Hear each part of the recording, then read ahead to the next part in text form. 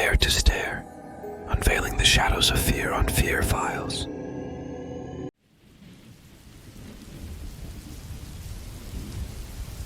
The deeper they ventured into the whispering woods, the more oppressive the atmosphere became. The trees loomed like ancient sentinels, their twisted branches forming a canopy that blocked out most of the daylight. The path ahead was barely discernible, overgrown with brambles and roots that seemed to grasp at their ankles, as if trying to pull them into the earth.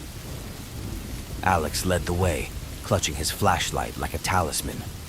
Behind him, Lisa, Mark, and Sarah followed closely, their faces etched with fear and determination. The whispers had grown more persistent, a constant murmur that gnawed at their nerves. It was as if the forest itself was alive, watching their every move. Sarah consulted her map again, her hands trembling. According to this, the cabin should be just ahead, but we need to be careful. There are stories about this place. What kind of stories? Lisa asked, her voice barely above a whisper. Sarah hesitated, then took a deep breath. They say the cabin belonged to a woodsman who disappeared decades ago. Some say he was driven mad by the whispers and took his own life. Others claim he was taken by the forest. Lisa shuddered. Great, just what we need. More creepy stories. As they pushed forward, the trees began to thin, revealing a small clearing. In the center stood a dilapidated cabin, its weathered wooden walls leaning precariously. The roof was partially caved in, and the windows were dark and empty, like soulless eyes. There it is, Alex said, relief mingling with apprehension. Let's check it out. The group approached cautiously, their footsteps crunching on the fallen leaves. The air was thick with the scent of decay and damp wood. Alex reached the door first and pushed it open, the hinges creaking loudly in the silence. Inside, the cabin was a wreck. The floor was littered with debris and cobwebs hung from the corners. An old fireplace dominated one wall, its hearth cold and empty. A rickety table stood in the center of the room, surrounded by broken chairs. Home, sweet home, Mark muttered, his sarcasm a thin veil over his fear. Sarah moved to the fireplace and knelt down, examining the hearth. There's old firewood here. We might be able to start a fire. Good idea, Alex said. We need to stay warm and keep the darkness at bay. As they worked to clear a space and gather wood, Lisa wandered to a corner of the cabin, her flashlight beam sweeping across the walls. She froze when the light revealed a series of strange symbols carved into the wood, their jagged lines crude and unsettling. Guys, take a look at this, she called out. The others gathered around, their expressions wary. Sarah's eyes widened as she studied the symbols. These are protection runes. Someone was trying to ward off evil. Did it work? Mark asked, his voice tight. Doesn't look like it, Alex said grimly. But we'll do our best to stay safe. They managed to get a small fire going, the flickering flames casting eerie shadows on the walls. As the warmth spread through the cabin, the group huddled together, their exhaustion evident. We need a plan, Alex said. We can't just wander aimlessly. We need to figure out what's going on here and how to get out. Sarah nodded. The legends mention a vengeful spirit, bound to the forest by a tragic past. If we can find out who or what it is, maybe we can break the curse. Easier said than done, Lisa said, her voice tinged with doubt. Where do we even start? We start by sticking together and staying focused, Alex replied. We'll take turns keeping watch tonight.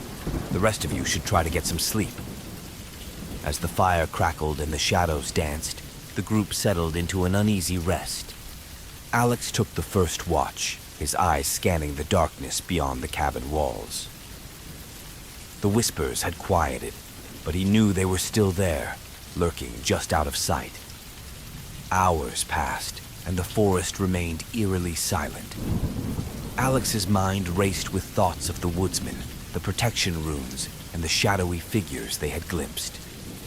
He couldn't shake the feeling that they were being watched, that the forest was waiting for the right moment to strike. When his shift ended, he woke Mark and lay down, trying to find some semblance of comfort on the hard floor. Sleep came fitfully, haunted by dreams of the woods and the whispers that seemed to seep into his very soul. Mark's watch was uneventful at first, the silence of the forest pressing in on him. He paced the cabin, his flashlight beam sweeping across the room. As the hours dragged on, his eyelids grew heavy, and he struggled to stay awake. Suddenly, a loud thud echoed from outside the cabin, jolting him awake. He rushed to the window, peering out into the darkness, but saw nothing. His heart pounded as he strained to listen, but the forest remained silent. He shook Alex awake. "Something's out there." Alex bolted upright, his instincts on high alert. "Stay here. I'll check it out." Grabbing his flashlight, Alex stepped outside, the cold night air biting into his skin. He scanned the clearing, his beam cutting through the darkness. The forest loomed ominously, every shadow a potential threat. Just as he was about to turn back, he heard it, a faint whisper, almost imperceptible. He followed the sound, his steps cautious and deliberate.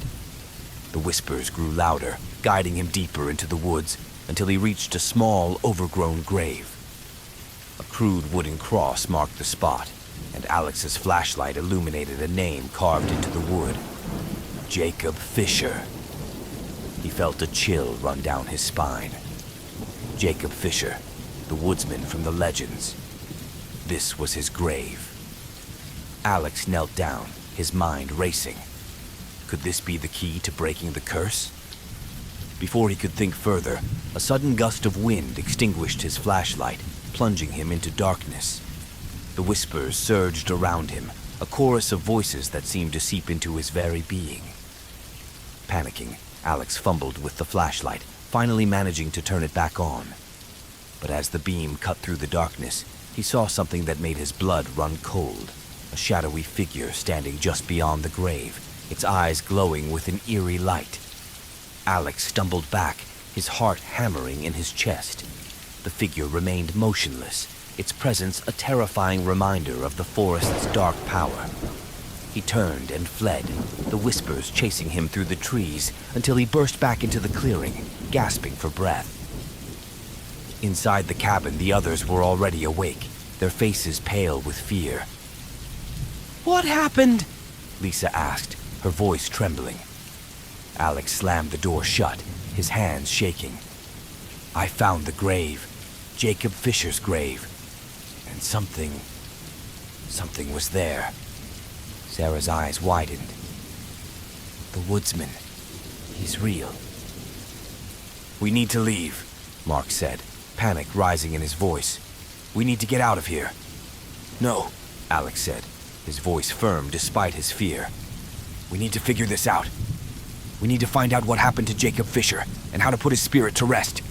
It's the only way to break the curse and escape this forest."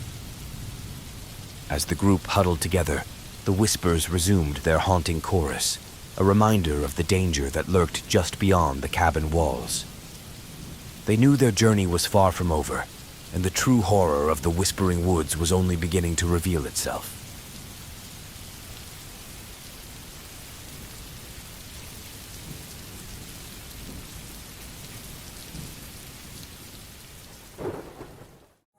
Thank you for braving the unknown with us. Until next time, stay haunted.